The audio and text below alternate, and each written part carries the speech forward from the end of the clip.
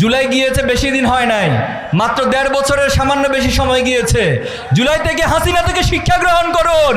যদি ফ্যাসিবাদী আচরণ করুন, হাসিনার যে পরিণতি হয়েছে তার চেয়ে ভয়াবহ পরিণতি এই যুব সমাজ আপনাদেরকে করে ছাড়বে। আমরা কারো উপর হাত তুলব না। হাত তুলবেন?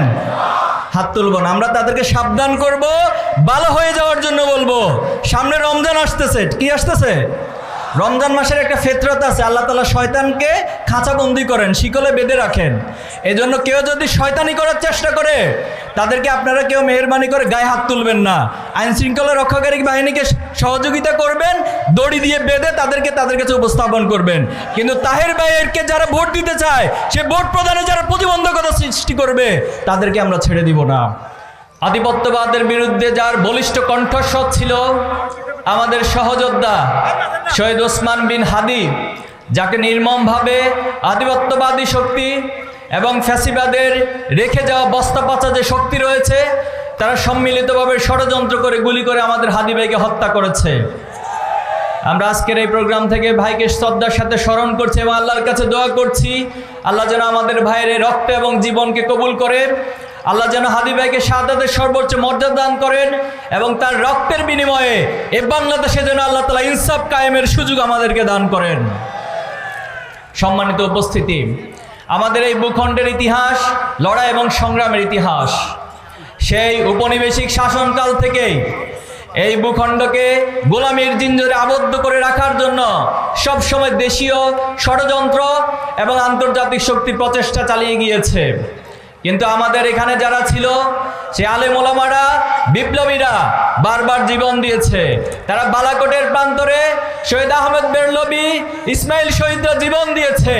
তিতুমির বাঁশের কেল্লা নির্মাণ করে ইংরেজদের বিরুদ্ধে, ঔপনিবেশিক শাসনের বিরুদ্ধে লড়াই করেছে, সংগ্রাম করেছে, জীবন দিয়েছে।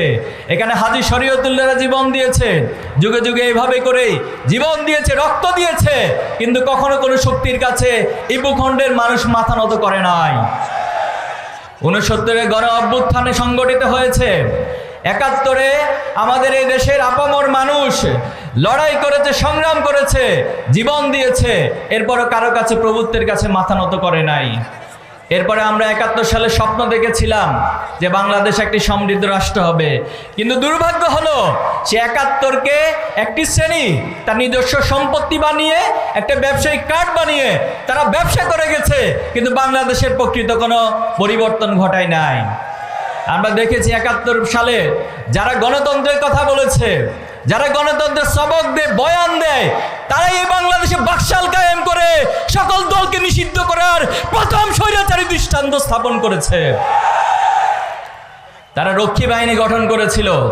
রক্ষী বাহিনী গঠন করে বিরোধী যত মত ছিল সবাইকে নির্মমভাবে হত্যা করেছে, দমন করেছিল। তাদের শাসন আমলেই বাংলাদেশের সর্বপ্রথম দুর্ভিক্ষের অবতারণ ঘটেছিল।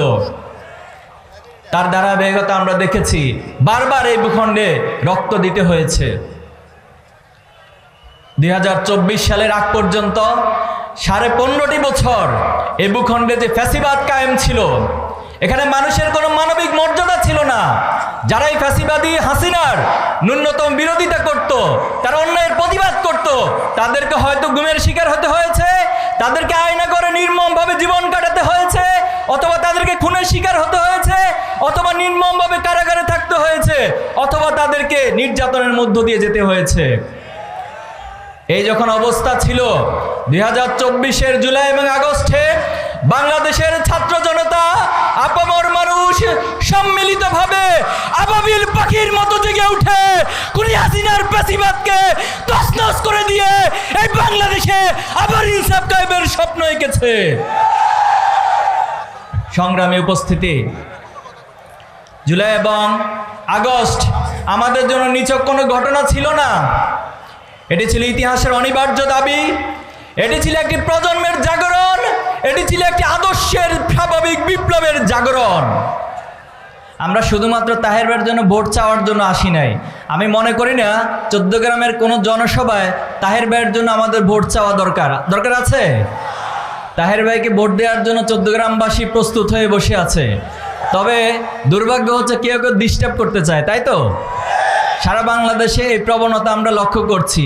বিভিন্ন জায়গায় সন্ত্রাসী কার্যক্রম পরিচালনা হচ্ছে, সন্ত্রাসীরা নতুন করে মাথা চাড়া দিয়ে উঠার চেষ্টা করছে, আমাদের বোনদের উপর হামলা করা হচ্ছে, আমাদের মায়েদেরকে হেনস্থা করা হচ্ছে। আমরা তাদেরকে বলবো, তাদেরকে কি বলা উচিত? সাবধান হয়ে যান, অতীত থেকে শিক্ষা গ্রহণ করুন। জুলাই গিয়েছে, বেশি দিন হয় নাই, মাত্র 1.5 বছরের সামান্য বেশি সময় গিয়েছে। জুলাই থেকে হাসিনা থেকে শিক্ষা গ্রহণ করুন। যদি ফ্যাসিবাদী আচরণ করুন, হাসিনার যে পরিণতি হয়েছে তার চেয়ে ভয়াবহ পরিণতি এই যুব সমাজ আপনাদেরকে করে ছাড়বে। আমরা কারো উপর হাত তুলব না। হাত তুলবেন? হাত তুলব না। আমরা তাদেরকে সাবধান করব, ভালো হয়ে যাওয়ার জন্য বলবো। সামনে রমজান আসতেছে। কি আসতেছে? রমজান মাসের একটা ফিতরত আছে। আল্লাহ তাআলা শয়তানকে খাঁচাবন্দি করেন, শিকলে বেঁধে রাখেন। এজন্য কেউ যদি শয়তানি করার চেষ্টা করে, তাদেরকে আপনারা কেউ মেহেরবানি করে গায়ে হাত তুলবেন না। আইন শৃঙ্খলা রক্ষাকারী বাহিনীকে সহযোগিতা করবেন, দড়ি দিয়ে বেঁধে তাদেরকে তাদের কাছে উপস্থাপন করবেন। কিন্তু তাহের ভাইয়েরকে যারা ভোট দিতে চায়, সে ভোট প্রদানে যারা প্রতিবন্ধকতা সৃষ্টি করবে, তাদেরকে আমরা ছেড়ে দিব না।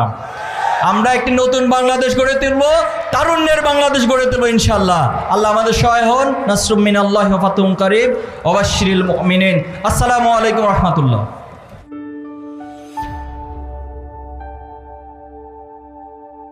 Islamic Tone 24 in charge of the ghetto.